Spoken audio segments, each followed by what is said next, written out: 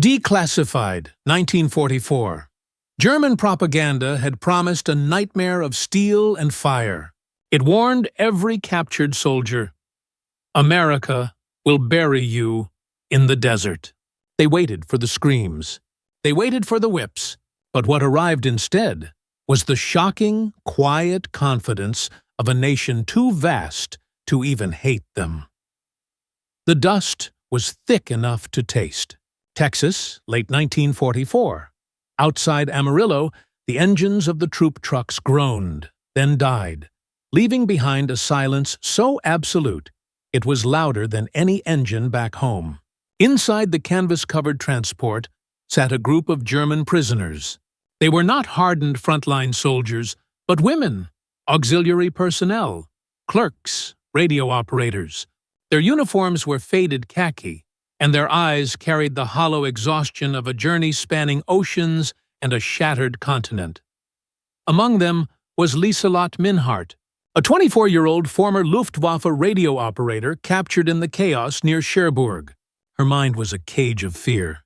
Every whispered rumor, every blaring Reich poster had painted America as a savage, vengeful land, a place where the rules of war meant nothing, and where German captives were disposable. She expected the brutal end of a rifle butt, or the searing sun of a self-dug grave. She remembered the official warnings printed on pamphlets distributed throughout her squadron. "The Americans have no honor. They will use you for labor until you collapse, then dispose of you without a trace." The anxiety was a cold, constant weight in her stomach. The truck doors flew open with a screech of rusted metal. Lieselot instinctively braced for the thunder of a Feldwebel's command. Instead, a voice came through the dust, calm and almost lazy in its pace. "Ma'am, watch your step." A tall man stood there. He wore a simple tan hat, denim trousers, and rolled-up sleeves. There was dust on his boots, but no malice in his eyes. He wasn't the monster she had anticipated. He looked, impossibly, like an actor from the Western films she'd watched before the war. A cowboy. Behind him, the Texas sky stretched, an overwhelming blue canvas that seemed to swallow the horizon, utterly indifferent to the European conflict. The air smelled of hay and dry earth, not cordite. Lieselot stepped down, her knees weak. No chains, no shouting, just a few young men leaning on rifles, watching with a curious, almost bored expression. The cowboy extended a tin cup. It was filled with water, clean, shockingly cold water. She drank it instantly. He just nodded. Plenty more where that came from. This was the first crack in the concrete wall of her belief. Back home, they had been taught that Americans were Untermensch, factory slaves driven by greed, without honor or soul. Yet here, in the gentle heat of a Texas morning, a man was offering water and quiet dignity to his enemy, a dignity that cost the giver nothing, yet was worth everything to the recipient. The cowboy pointed toward a cluster of buildings. "You folks will be helping out here, feeding, cleaning, riding if you're up for it." Riding? She nearly stumbled. She had prepared for shackles. She was being offered saddles.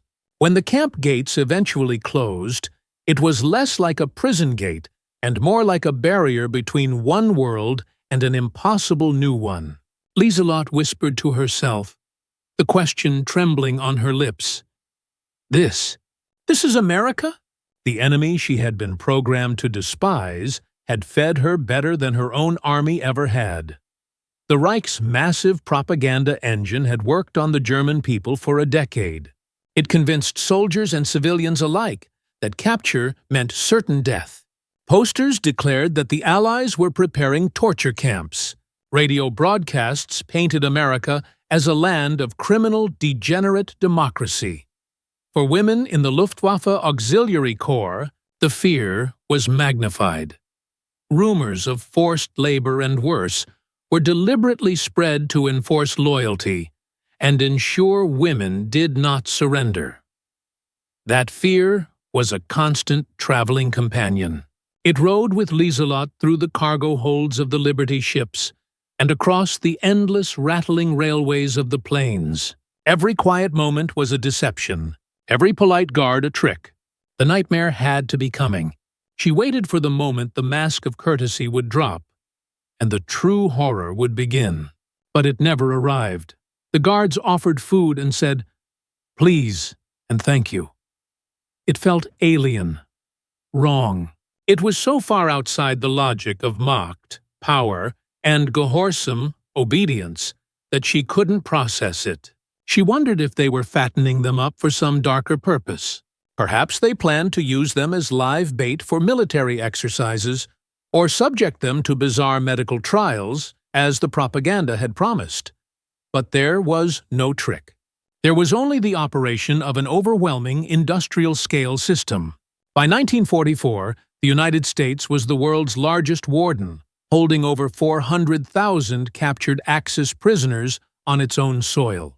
This required logistics, not revenge. The sheer scale demanded efficiency over emotion. The U.S. Army adhered to the Geneva Conventions with obsessive, cold precision.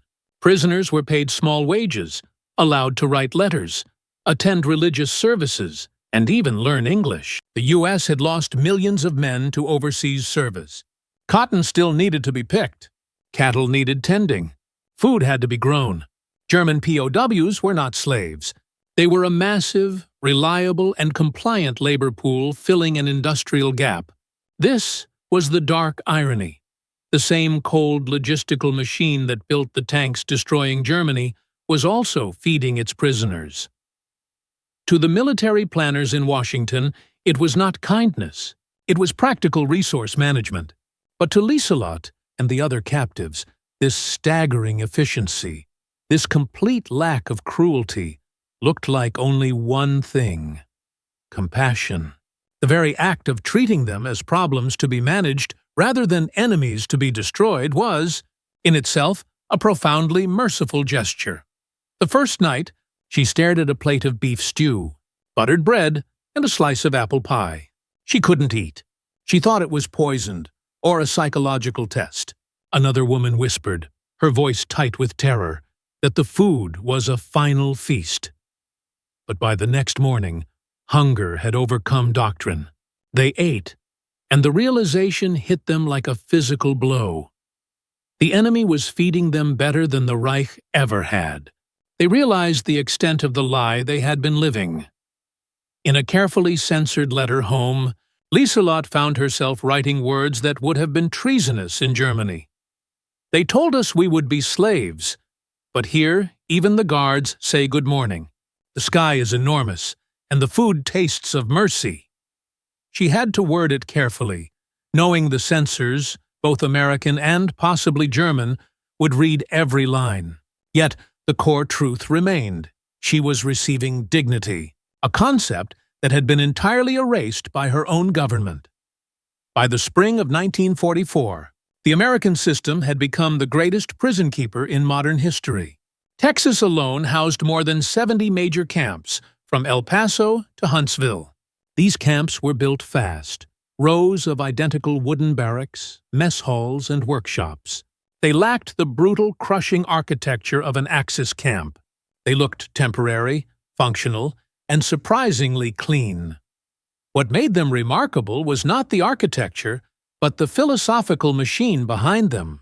American POW camps were designed not to crush the spirit, but to control it through order and decency. The logic was brutally subtle. A well-fed, busy prisoner required fewer guards, caused fewer problems, and, most critically, became a quiet ambassador of American superiority when the war ended. The Americans were planting a seed of democratic confidence in the minds of their enemies. These facilities operated like self-contained, if simple, cities. Libraries were stocked with donated books, both English and German. Infirmaries were clean and staffed, treating prisoners' ailments often better than their own frontline units had. Orchestras and theater groups were even encouraged to keep the prisoners occupied and prevent unrest. To the outside world, this looked like absurd generosity. To the U.S. War Department, it was long-term psychological warfare. When the U.S. began receiving captured German women, The question was logistics. Where to put them? The answer was Texas, with its vast agricultural need. Many women ended up at sprawling installations like Camp Hearn, surrounded by wheat fields and mesquite. The rules were simple: obey, work, and you would be treated fairly. Any violation meant confinement, but the overall atmosphere was one of measured, regulated decency. The difference was immediately apparent in the mess hall. Every German prisoner received 200 calories per day, a standard logistical mandate that provided more sustenance than many Allied civilians were consuming in wartime Britain. Beef, bread, potatoes, coffee, and sometimes fruit. To German women used to thin soup and tight ration cards, it felt like an unreal, shocking abundance. Power, Lieselot realized, wasn't just about pantsers. It was about organization. She wrote in her journal, "Every crate, every meal, every uniform fits into a massive plan. Nothing is wasted. They build everything like a machine that never sleeps." It was the logic of U.S. industrial might applied to human beings, and in its very indifference to cruelty, it created a perverse kind of mercy. The system was too efficient, too confident in its own dominance, to bother with petty cruelty. The highest level of this strangeness came on the morning they were chosen for the ranch detail. Lieselot and 24 women were called out. They had imagined the worst rumors were true. Transport to a brutal, hidden slave camp. For months, barracks whispers had warned of prisoners sent into the desert, never to return. But when the trucks arrived, the shock was immense. Instead of military police or barking sergeants, there were men in wide-brimmed hats and denim shirts, leaning casually against pickup trucks. Real cowboys. Their leader, a tall rancher named Frank Callahan, greeted them with a grin and a lazy, unintelligible wave. "Morning, ladies. You all ready to work?" When they reached the Callahan Ranch, the expectation of barbed wire was replaced by open fields stretching to the blue horizon, filled with grazing cattle and horses. The first order of business wasn't punishment. It was breakfast. Bacon sizzling in iron skillets, biscuits, eggs, and coffee that could jolt the soul. The aroma alone was intoxicating. The women sat in stunned silence at a long wooden table. There were no guards shouting, no weapons trained on them. After breakfast came the unthinkable. Frank led them to a corral. Several horses stood saddled and waiting. "You'll be learning to ride," he announced with a smile. "Can't herd cattle on foot, and y'all are going to help us drive them in next week." Lieselot whispered to a friend, "He is mocking us." But Frank wasn't joking. He was utterly serious. The labor shortage in Texas was so acute that trusting enemy prisoners with valuable livestock and freedom of movement was seen as a logical economic solution. Within minutes, the ranch hands were patiently teaching the German women how to mount, hold the reins, and guide a horse, often through gentle instruction, broken German, and elaborate pantomime. It was chaos. Skirts tangled, saddles slipped, and shrieks of nervous laughter echoed across the fields as one young woman bolted in circles. The cowboys laughed too, but not cruelly. Warmly, they helped each woman back up. "Don't fight her," one drawled. "Just feel the rhythm. She'll carry you if you trust her." This simple instruction, trust the animal, trust the process, was a profound lesson in itself. By noon, the women were covered in dust and sweat, but their nervous laughter had become real. The fear that had been their constant burden began to melt under the endless sun. For the first time since their capture, they were outside the wire, without guards at their backs. When Lieselot finally managed to guide her horse at a gentle trot, she felt something new. Freedom. Not the great political liberation of a nation, but a tiny, personal one. A feeling of motion, wind, and possibility. That night, in the bunkhouse built for the workers, Lieselot tried to make sense of it in her journal. They trust us. It is madness, but also, perhaps, kindness disguised as madness. The women had grown up in a society that equated strength with domination and obedience. Here, strength looked like quiet patience and good humor. They were being judged on their utility and character, not their nationality. The Cowboys' authority was built on respect, not fear. When a horse refused an order, they didn't whip it. They waited, spoke softly, and tried again. Lieselot watched this with quiet astonishment. If this was the nation they had been told to fight against, then everything she had been taught about America was a lie. The transformation was imperceptible at first. Within days, the German women found themselves treated less like prisoners and more like essential ranch hands. Their only guards were the vast Texas skies, the rattling wind through the mesquite trees, and the watchful eyes of the cowboys.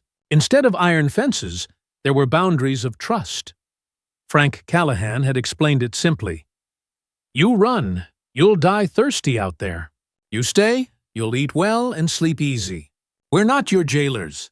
We're your neighbors till this war is done. Lieselot didn't believe him. None of them did. The risk was too high for the Americans, but by the end of the first week, the truth became undeniable.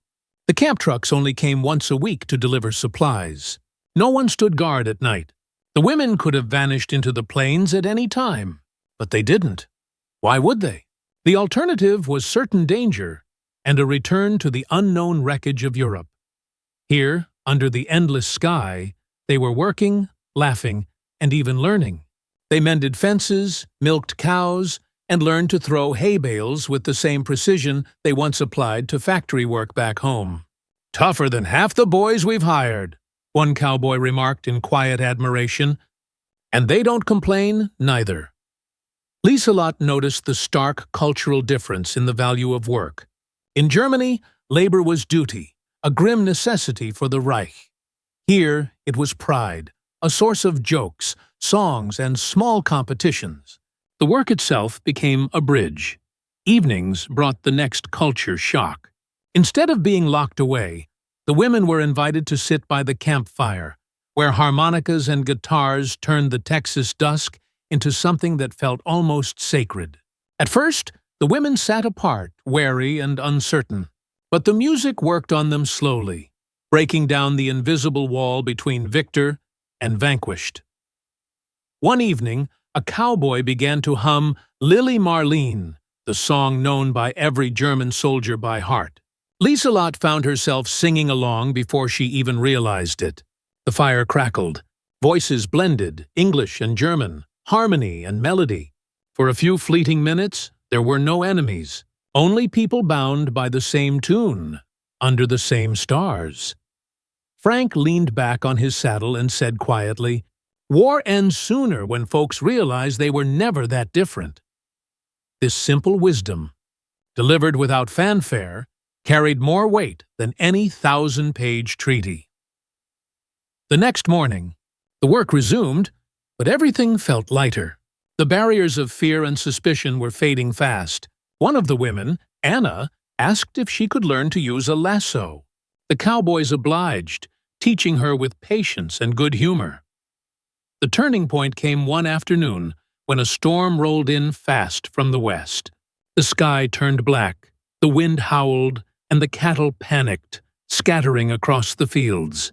Without a moment's hesitation, the women ran to help. They mounted horses and rode alongside the cowboys through sheets of rain and mud, helping drive the terrified herd back toward the pens. Hours later, drenched and shivering, they returned together, victorious. Not one animal lost. Frank walked among them, his face streaked with rain and pride. "Guess y'all ain't just city girls after all," he said with a genuine grin. That night, the ranch hands quietly hung a hand-painted sign over the bunkhouse door. It read, "The German Cowgirls." Lieselot looked at it in disbelief, then laughed until tears came. The war, the propaganda, the fear, it all seemed impossibly far away. What mattered now was survival, work, and the strange dignity of being trusted. By early autumn, the air began to cool, and so too did the walls around the German women's hearts. The war still raged in Europe, But time moved differently here. The days were filled with honest work, and the nights with quiet laughter. Mail was finally allowed. Each woman received a single sheet of official stationery to write one letter home. Liselotte's hand trembled as she began. "Dearest Mother, I am alive, and I must tell you something you will not believe. I am working on a farm in Texas. The people here are kind. Yes, truly kind. They give us so much food. They even let us ride horses." She paused, staring at the words. She had to sound insane. "Mama," she continued, "they trust us. We could run, but we do not, because we are free in all the ways that matter. I never thought freedom could look like this." Weeks later, the replies came, trembling with disbelief. "Lisa, are you sure? You must be mistaken. They would never treat prisoners so well." Her own family refused to believe the tales of endless food and friendly cowboys, finding them easier to dismiss as fantasy than to accept the failure of the Reich's doctrine. Even the American officers who reviewed the letters were faintly amused. "Y'all are writing fairy tales," one chuckled. But the reality was undeniable. Each day, the German POWs rode deeper into a version of America that defied everything they'd been taught. They saw it in the abundance: eggs by the dozen, meat by the pound, fuel that seemed endless. They saw it in the attitude: no hierarchy, no bowing, no fear. When Liselott asked a cowboy why he treated them so kindly, he simply shrugged. "Lady, war's over for you when you get here. Ain't no use fighting ghosts." It wasn't simple forgiveness. It was something more pragmatic, an American kind of mercy that measured worth by work, not by flag. A soldier's uniform was temporary. A good day's work was eternal. When a new group of male POWs arrived, they watched in disbelief as the women led horses from the barn, laughing and chatting freely with the cowboys. "This cannot be real," one muttered in German. But it was. For the newcomers, the sight of their female comrades riding across open pastures without chains shattered years of conditioning. It was the first proof that captivity under the Americans could be something other than humiliation. The Callahan Ranch had become something impossible, a small corner of reconciliation in a world still burning. For Liselott, it was the beginning of a quiet revelation. Humanity could survive even in captivity. That kindness could grow from the ruins of war. The final agonizing collapse of the Reich was accelerating. Soon, the American machine would demand the prisoners back, forcing Liselott to confront a reality far harsher than the peaceful lives she had lived in Texas. The kindness was over. The judgment was about to begin. The spring of 1945 was coming, and with it, the final news. One afternoon, Frank Callahan came out to the barn with a folded newspaper. "Ladies," he said quietly, "it's over. Germany surrendered." The women gathered that night by the fire, their faces lit by flickering orange light, unsure whether to feel relief or grief for a world that had vanished. Frank poured coffee for everyone. "It's done now," he said. "You all can go home soon." The word home hit harder than any news of surrender. What did home even mean? Their towns might be rubble, their families displaced or dead. Liselott watched the sparks drift up into the night. "What will we go back to?" she murmured. In the days that followed, the U.S. Army sent officers to process the prisoners for repatriation. Trucks arrived to transport them back to official camps, where they would wait for the slow ships bound for Europe. Frank approached Liselott as she was folding her work gloves into a small canvas bag. "Reckon you'll be going home soon," he said softly. She nodded, her throat tight. "Thank you, Mr. Callahan, for everything," he smiled. "Ain't nothing to thank me for. You all worked hard, earned your keep. That's all any of us can do." Then, with a playful grin, he reached behind him and held out something wrapped in brown paper. Inside was a brand-new Stetson hat, cream-colored. "So you don't forget Texas," he said. Liselott laughed, tears streaming down her face. She put it on awkwardly. The ranch hands whooped and clapped. The German cowgirl rides again. When the trucks finally rolled out, the women looked back. For Liselott, that sight would never fade. She had come to Texas a prisoner and was leaving as someone who had glimpsed a different kind of strength, where dignity came not from rank or fear, but from simple, unearned respect. As the truck rumbled down the dusty road, she whispered to herself, "Maybe we lost the war, but perhaps we can still win peace." In that moment, watching the wide horizon of America disappear behind her, Liselott realized that the greatest freedom she had found wasn't physical. It was moral. She had seen the power of kindness, and it had changed her forever. The journey home took months. When the ship finally reached Bremerhaven, Germany, it was winter again, cold, gray, and broken. American officers stood on the docks, handing the women small care packages, chocolate bars, canned food, and letters. The sight of an American Red Cross logo on every box was both surreal and humbling. When she arrived in her own hometown, the war had devoured everything. Her house was gone, her parents dead. But in the ashes, she carried something the ruins could not erase. An idea she had learned under the Texas sun. She began working as a translator for the Allied occupation forces. Her English, learned from cowboys and ranch hands, was rough and full of frontier slang, but it got her noticed.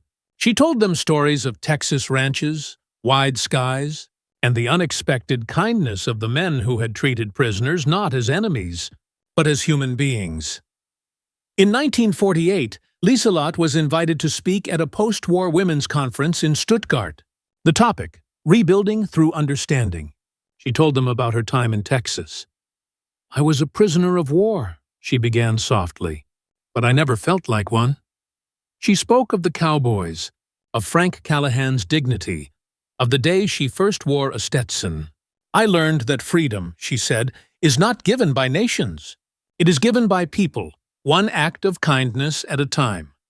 Years later, Liselott immigrated to the United States. She settled in San Antonio, Texas, not far from where she had once worked.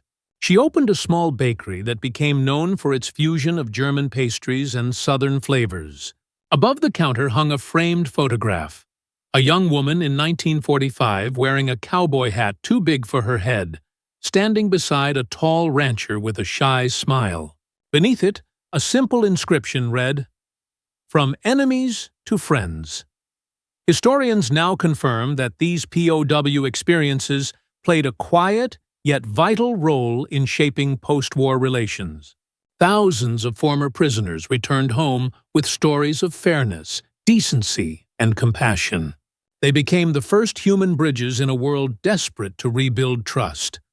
In the end, it wasn't treaties or governments that began the healing. It was the simple decency of ordinary people. And on a Texas ranch in 1945, a cowboy with a gentle heart had done more to mend the wounds of war than any diplomat ever could. Because sometimes the greatest victory isn't won on the battlefield. It's earned in the quiet grace of forgiveness.